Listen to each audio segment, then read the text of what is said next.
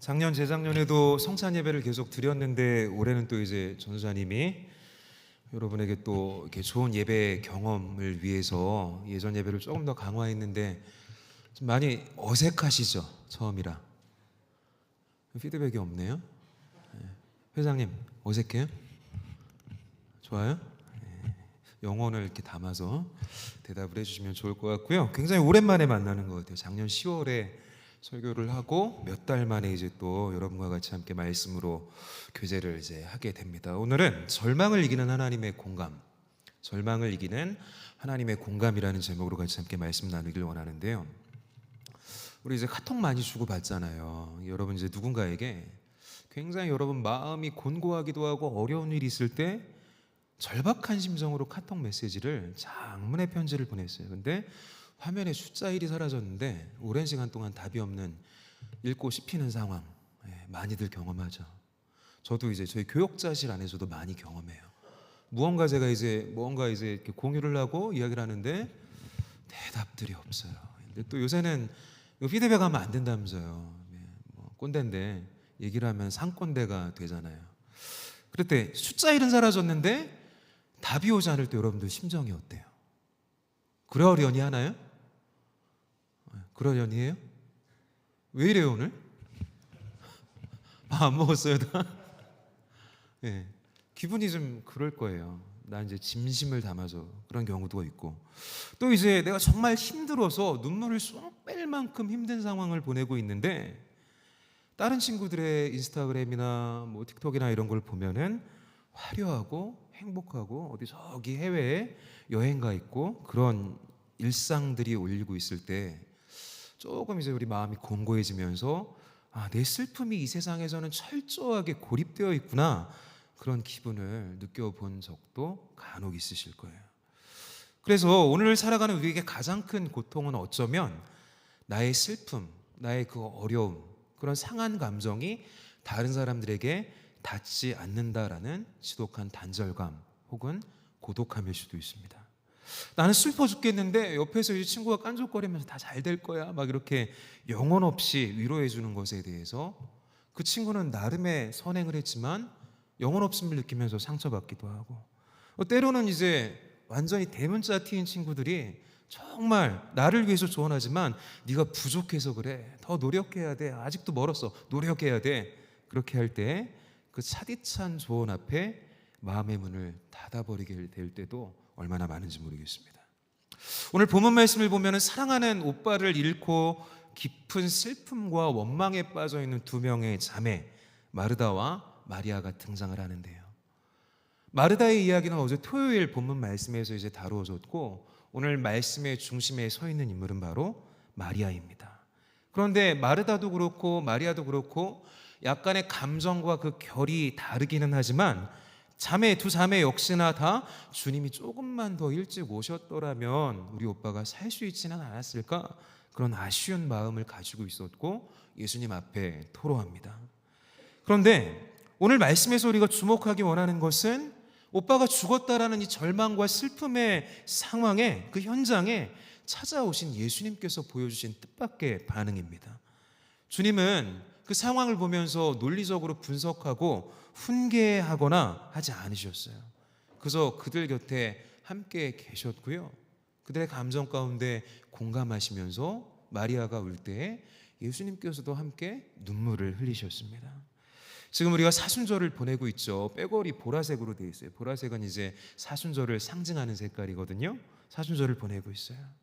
오늘 우리의 모든 눈물과 외면받은 슬픔을 그대로 안고 계시는 예수님, 우리 눈에는 보이지 않지만 살아계시고 우리의 삶의 자리 가운데 함께 하시며 내 마음의 깊숙한 곳까지도 다 들여다보면서 우리에게 깊이 공감하시는 그 예수님의 마음을 오늘 말씀을 통해서 우리가 같이 함께 들여다보기를 원합니다.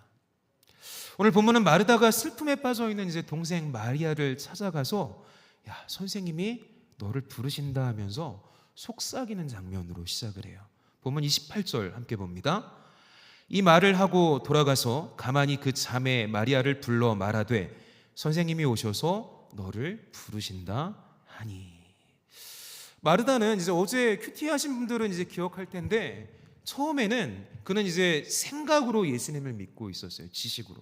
그런데 예수님이 우리가 알고 있는 유명한 말씀, 나는 부활이요 생명이니 무릇 살아서 나를 믿는 자는 죽어도 살리니 이것을 내가 믿느냐 하시는 부활의 주님을 나타내시는 그 말씀 앞에 지식적인 믿음이었던 마리아가 정말 삶으로 예수님께 드리는 그 믿음, 베드로가 고백했던 것처럼 주님은 살아계신 하나님의 아들이십니다라는 위대한 신앙 고백을 한 이후에 마르다를 보내서 마리아를 콜링하고 계시는 거예요. 주님은 마리아를 가만히 불러서 말하고 계셔요. 왜 그랬냐 하면은 이건 추측이지만 나사로와 마르다 마리아 남매가 살던 당시 베다니는 예수님에 대한 적대감이 아주 강렬했던 동네였습니다. 그래서 마르다는 혹시라도 누가 예수님이 오신 사실을 눈치챌까 봐 아주 조심스럽게 귓속말로 선생님이 오신 것을 마리아에게 이야기해 줬던 것이죠. 여기서 우리는 아주 흥미로운 지점을 발견합니다. 예수님은 마을 안, 나사로가 죽었기 때문에 장례식이 열리고 죽음의 우울한 분위기가 가득한 그 초상집 안으로 들어가지 않으시고 대신 마을 경계 밖에서 마리아가 나오기를 기다리고 계시는 거예요. 이것은 마치 생명과 사망이 서로 경계를 두고 대치하는 듯한 구도를 그리고 있습니다. 사망의 권세가 지배하고 있는 어둠의 자리에서 우리를 생명의 빛이 있는 곳으로 조용히 불러내시는 것이 바로 우리 예수님의 방식인 것이죠.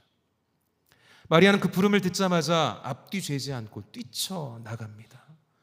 조문객들은 마리아가 또 오빠 잃은 슬픔에 무덤에 가서 곡하기 위해서 나가는구나 그렇게 생각했지만 마리아의 발걸음은 선생님 예수님이 오신다라는 그 소식을 듣고 사망을 상징하는 무덤이 아니라 생명이신 예수님을 향해서 열정 다해서 달려가고 있었습니다. 우리의 삶도 마찬가지입니다. 때로 우리에게 슬픔과 절망과 낙심이라는 그 감옥 속에 갇혀 있을 때가 있죠. 너무나 힘든 그 상황들 있잖아요. 그때 주님께서는 우리를 어둠 가운데 그냥 방치해 두지 않으시고 우리를 밖으로 불러내시는 거예요. 생명이 있고 주님이 있는 그 자리 가운데로 조용히 우리를 부르시면서 와서 나를 보라라고 주님은 우리를 주님 발 앞에 초청하고 계십니다. 그렇게 열심히 달려서 예수님 앞에 도착한 마리아는 바로 주님 발 앞에 엎드려서 숙인 채 언니 마르다와 비슷한 고백을 합니다. 32절을 봅니다. 마리아가 예수 계신 곳에 가서 배웠고 그 발 아래 엎드려 이르되 주께서 여기 계셨더라면 내 오라버니가 죽지 아니하였겠나이다 하더라. 마르다와 똑같이 얘기하는 거예요. 주님께서 여기 계셨더라면 내 오빠가 죽지 않았을 거예요. 마르다와 마리아의 차이점은 마르다는 정말 예수님께 항변하고 따지듯이 왜 이제 오셨냐고 그렇게 얘기했지만 같은 말을 하고 있지만 마리아의 태도는 주님을 보자마자 그 발치에 무릎을 꿇고 엎드려서 주님을 향해 토로하고 있죠.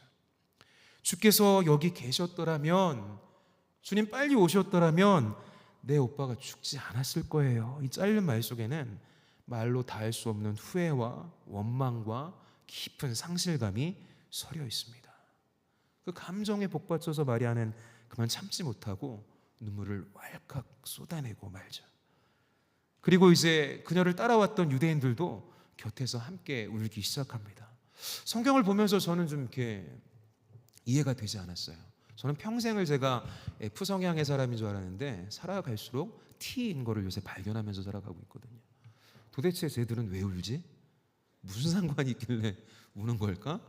그런데 우리 이제 믿음 안에서 장례식 할 때는 그리스도인들은 그렇게 크게 슬픔을 표현하지 않잖아요. 믿음 안에 돌아가신 분들은 주님 품에 안겼다라고 믿기 때문에 헤어짐의 아쉬움은 있지만 감사하는 것이 우리 믿는 자들의 장례 일반입니다. 근데 믿지 아니하는 장례식 가보신 적 있으세요? 한국 사람들의 장례식의 특이 뭐냐면은 영혼 없는 곡소리가 울리기 시작합니다. 이제 조객이 와서 고인에게 절을 2번 할 때 아이고 아이고 아이고 계속 그렇게 우는 거예요. 우리가 문화가 좀 다를 수 있겠지만 아마 이 동네 사람들 유대인들도 같은 심정으로 그렇게 곡을 하면서 마리아를 위로하고 있었던 것은 아닌가 그렇게 생각을 해봤습니다. 이때 성경은 복음서에서 가장 신비로운 장면을 그리고 있는데요. 오늘 본문 35절을 함께 같이 소리를 내서 읽어봅니다. 짧습니다. 읽어봅니다. 시작. 예수께서 눈물을 흘리시더라. 예수님이 눈물을 흘리신다. 예수님이 눈물을 흘리신다. 주님이 우셨어요. 눈물을 흘리십니다. 어떤 사람들은 예수님께서 이제 곧 무덤에 갇혀있는 저 나사로를 살리실 건데 왜 우시느냐 묻기도 합니다. 저 같은 사람이겠죠. 하지만 이 눈물은 단순히 좋은 친구 나사로를 잃었던 개인적인 슬픔을 넘어서는 아주 깊은 의미가 담겨져 있는 눈물이었습니다. 세 가지로 제가 정리를 해봤는데요. 첫째는 이것은 예수님께서 이 땅에 오셨을 때, 우리가 지금 요한복음을 묵상하고 있는데 예수님이 어떻게 오셨다라고 1장에서 증거하고 있죠. 말씀이 육신이 되어 우리 가운데 거하시매. 이것은 하나님께서 우리에게 눈높이를 맞춰주신 거라고 말하고 싶습니다. 하나님은 보이지 않으시잖아요. 근데 그 말씀이신 하나님이 우리와 같은 육신을 입고 내려오신 그 예수님의 모습을 통해서 하나님이 어떤 분이신지에 대해서 우리에게 나타내 주셨다라는 거예요. 하나님이 어떻게 생기셨고 어떤 분인지 알지 못하고 직접 만나지 못했다 할지라도 복음서에 기록되어져 있는 그 예수님의 모습과 그분의 감정과 행하신 일들을 통해서 하나님이 이런 분이시구나 우리는 알 수가 있는 거죠. 그렇게 우리처럼 육신을 입고 이 땅에 오신 하나님께서 실제적으로 흘리신 그 눈물을 뜻하고 있는 것입니다. 그래서 예수님은 단지 막연하고 신적인 존재가 아니라 인간처럼 행하기만 하시는 분이 아니라 우리와 똑같은 성정을 가지고 있고 감정을 느끼고 아파하시는 육신까지도 가지고 계신 참 하나님이시지만 진짜 인간이셨음을 이 눈물을 통해서 우리에게 보여주시면서 함께 하시고 눈물 흘림을 통해서 우리의 아픔에 공감해주는 모습을 보여주고 계시는 것이죠. 둘째로 이 눈물은 세상을 만드신 말씀이신 하나님께서 인간의 비극 가운데 동참하는 신비입니다. 영원하신 말씀이신 크신 하나님이 마치 어린아이처럼 친구의 무덤 앞에서 눈물을 흘리는 그 모습을 생각해 볼 때 우리는 하나님이 결코 멀리 떨어져 있는 분이 아니라 우리에게 가까이 계시고 우리 삶 가운데 함께하고 계시는 분임을 우시는 예수님을 통해서 깨달을 수가 있습니다. 마지막으로 죽음이라는 절망 앞에 선 인간을 향한 하나님의 깊은 애도의 눈물이기도 합니다.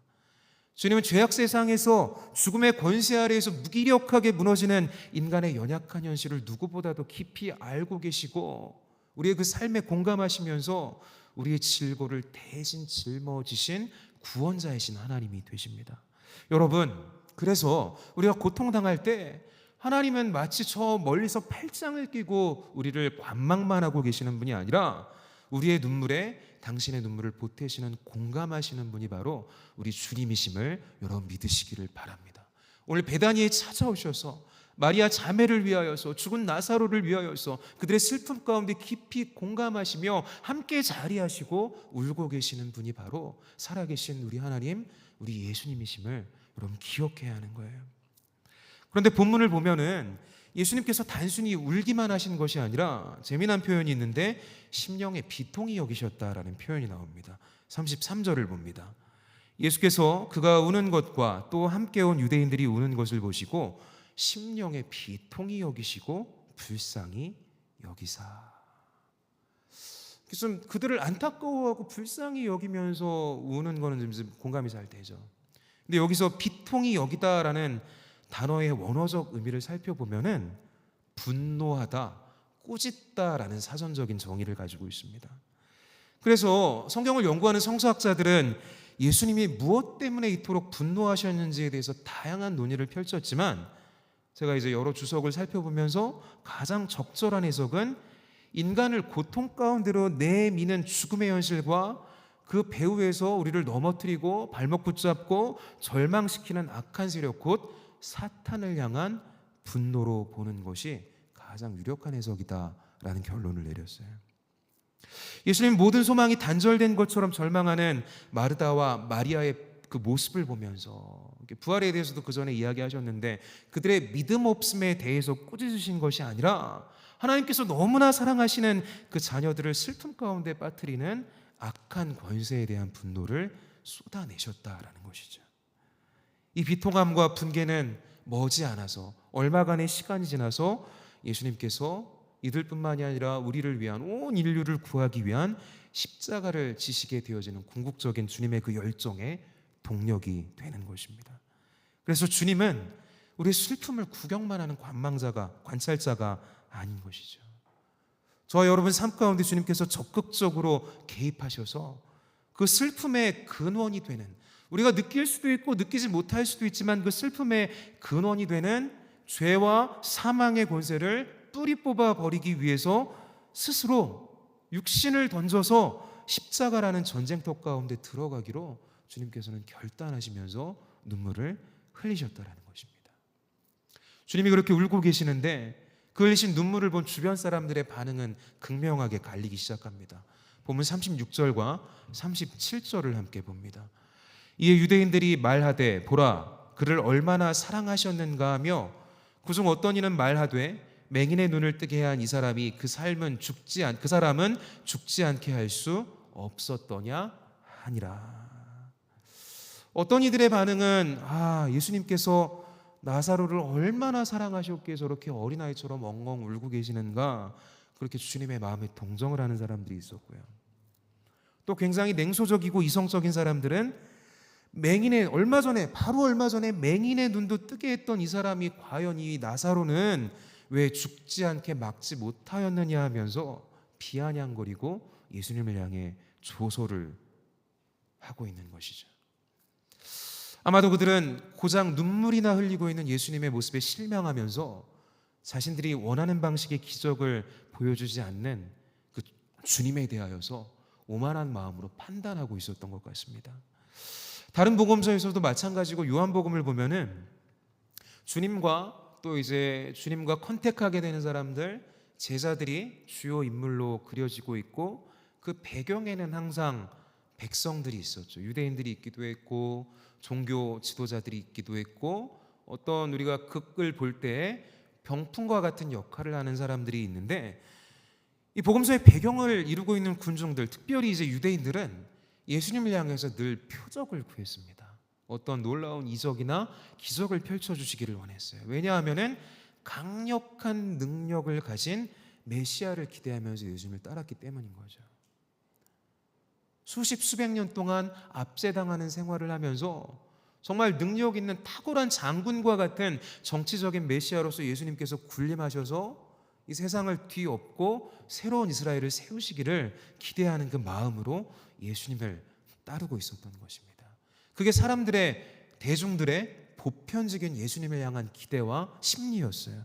그런데 나사로의 장례식장에서 그들은 죽지 않게 하는 현실의 문제를 해결해 주는 그 능력의 메시아를 기대했는데, 예수님은 그 사람들의 그러한 기대에 부응하는 영웅이 아니라 하나님 아버지의 계획과 뜻에 따라 죽은 자를 다시 살려내는 완전한 승리를 준비하고 계셨어요.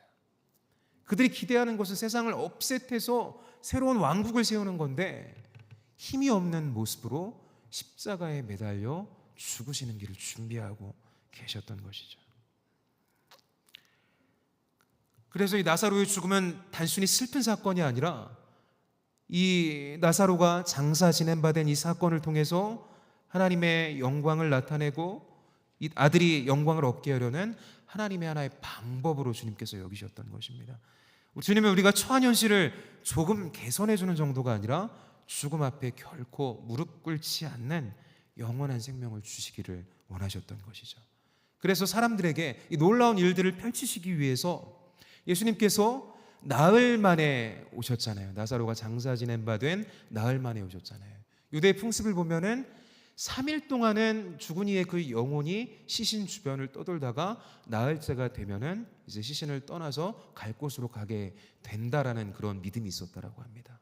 그래서 완전한 죽음을 의미하는 4일째 되는 날에 찾아오셔서, 사람들이 보기에는 굉장히 뒤늦어 보이는 시간이지만 그때 찾아오셔서 나사로를 살리시는 기적을 베풀음을 통해서 하나님의 살아계심을 나타내기를 원하셨던 것입니다. 오늘 우리는 이 나사로의 죽음과 슬퍼하고 있는 자매들의 그 눈물 앞에서 함께 눈물을 흘리시는 예수님의 모습을 보았습니다. 영국의 성서학자인 톰 라이트 박사는 오늘의 장면을 두고서 이런 한 문장으로 예수님의 행하신 또 이제 나아가서 행하게 되실 구속사를 그렇게 정의를 했는데요. 요한복음 11장 35절에 이 예수님의 눈물에서 시작하여서 예수님의 십자가의 죽음까지는 일직선이 그어진다라는 다소 좀 이렇게 모호한 문장을 남겼어요. 이 말이 의미하는 바는 무엇이냐? 예수님께서 오늘 여기서 흘리신 눈물은 그 베다니의 자매들의 아픔과 상실감에 공감하면서 흘리신 또 친구를 잃은 것에 대한 동정의 눈물이기도 했겠지만 그것에만 머물러 있는 것이 아니라 그 눈물이 바로 곧 당신께서 지시게 될 십자가를 향한 예고편이기도 했다라는 것을 이야기한 것입니다. 예수님은 나사로의 무덤 앞에서 모든 인간의 공동의 운명인 죽음의 비참함을 온몸으로 느끼고 계셨던 거예요. 여러분, 여기서 정말 나는 영생 불사할 수 있어 자부하는 분이 혹시 계시나요? 아무도 없어요. 지금 이제 청년의 때를 살아가기 때문에 죽음에 대해서 별다른 이제 고민을 하고 있지 않겠지만 우리 부장님이나 간사님이나 조금 더 어리지만 이제 생애 전환기를 맞이하고 있는 저 같은 경우는 슬슬 이제 죽음에 대해서 고민을 하게 시작을 했어요. 뭔가 어디 한 군데 몸이 고장이 나거나 아프면은 늙었나? 그런 생각을 하게 되고요. 살아가는 인생의 연수가 다가갈수록 죽음이 더 가까이 나에게 찾아오게 되는 거죠. 뭐 오는 순서는 다르지만 가는 순서는 이제 정해져 있지 않잖아요. 언젠가는 결국에 우리가 이 땅에서의 삶을 다하고 죽음을 맞이하게 될 거예요. 모든 인간의 공동의 운명이 죽음인데 이 죽음의 비참함을 나사로의 장례를 치르는 가운데 예수님은 온몸으로 그것을 느끼고 계셨던 것입니다. 그리고 죽음의 문제를 해결하기 위해서 다른 누군가를 대신 보내는 것이 아니라 당신께서, 말씀이신 하나님께서 친히 인류를 구원하시기 위한 십자가의 숭고한 죽음 가운데로 들어가기 위한 결단을 하고 계셨던 것입니다. 그런데 사람들은 비아냥거렸어요. 저 사람이 나사로를 죽지 않게 할 수 없었는가 하면서 비아냥거렸습니다. 하지만 예수님은 단순히 나사로를 죽지 않게 하는 작은 기적 가운데 만족하시는 것이 아니라 주님은 죽음 그 자체를 삼켜버리는 그 사망과 죄의 권세를 이기는 위대한 승리까지도 내다보고 계셨던 것입니다. 오직 당신의 죽음을 통해서만, 오직 당신만이 우리와 같은 슬픔의 자리에 계심으로써만 세상이 구원될 수 있다는 것을 알고 계셨고, 그 구원의 놀라운 계획을 바라보면서 예수님은 눈물을 흘리고 계셨던 것입니다. 그래서 예수님의 오늘 이 눈물은 곧 우리를 향한 그분의 전부를 건 주님의 헌신이었다라고 말할 수 있겠습니다. 사랑하는 청년 여러분, 세상의 문화는 우리가 좀 이렇게 강하게 살아가기를 원하는 것 같아요. 여러분들도 이제 남들에게 연약한 모습을 좀 보이지 않기를 원하는 마음들이 많이 있겠죠? 우리에게 슬픔을 숨기라고 이야기를 합니다. 감정을 절제하고 밝고 활기찬 모습, 힘들어 죽겠지만 삶의 자리로 돌아가서는 정말 아무렇지 않은 듯 정말 털털하게 살아가는 것이 미덕인 것처럼 우리에게 요구를 해요. 그렇게 살아가는 것이 성숙함이라고 포장을 합니다. 그래서 우리는 아파도 아프다 말 못하고 각자의 마음속에 하나의 무덤들을 가지고 있지는 않은지 모르겠어요. 그 무덤을 가슴 깊숙한 곳에 묻어주면서 살고 있지는 않은지. 오늘 이제 마르다와 마리아에게 찾아오셔서 나오라고 말씀하셨던 그 주님께서 우리 각자에게도 물으십니다. 우리 그 마음을 열기를 원하시는 거예요. 내가 삼켜둔 그 상처, 내가 포기해버리거나 조금은 지연시켜 놓은 그 꿈들에 대해서, 남모르게 흘리는 그 눈물들에 대해서 꽁꽁 감추고 있는 그러한 것들을 주님 앞에서는 드러내기를 원하십니다.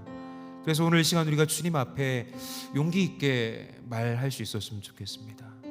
주님, 나의 마음에 깊숙이 찾아오셔서 내 마음을 좀 들여다봐 주세요. 그렇게 주님을 우리의 삶의 가장 어두운 구석 가운데로 초청하고 주님을 모실 때 주님께서 그곳에서 우리를 위해서 함께 울어주실 줄로 믿습니다. 청년의 시절을 보내면서 소망 없어 보이는 그 시간들을 보내면서 때로는 낙심하고 힘이 빠지는 그 순간에 남모르게 흐르는 여러분의 눈물을 위해서 공감해 주실 것이고요. 또 그것을 나아가서 죄의 문제로 끊임없이 씨름하면서 또 힘겨워하고 더욱더 믿음을 발휘하면서 그 문제들, 구원의 문제를 해결하기 위해서 달려나가는 우리의 궁극적인 구원을 위해서도 예수님께서는 안타까워하시면서 함께 울어주실 것입니다. 예수님의 눈물, 저 옛날 2000여 년 전에 나사로의 무덤 앞에서 예수님의 눈물로부터 시작된 그 일직선이 십자가를 넘어서서 2000여 년이 지난 오늘 우리의 삶의 자리까지도 닿아 있음을 여러분 기억하시면서, 그 선이 절망에서 시작되었지만 결국에는 주님께서 부활하셨던 것처럼 우리도 장차 그 마지막 때에 주님이 부활하신 것처럼 영광스럽게 부활하게 될 그 부활의 아침으로 끝나게 된다는 것을 기억하시기를 축복합니다. 남아있는 사순절의 절기를 보내면서 우리 삶의 가장 깊숙한 곳까지 찾아오셔서 공감하시며 우리와 함께 하시는 주님의 사랑 안에서 주님이 주신 생명을 풍성하게 누리는 저와 여러분, 우리 다부청년 공동체가 되기를 축원합니다. 기도하겠습니다.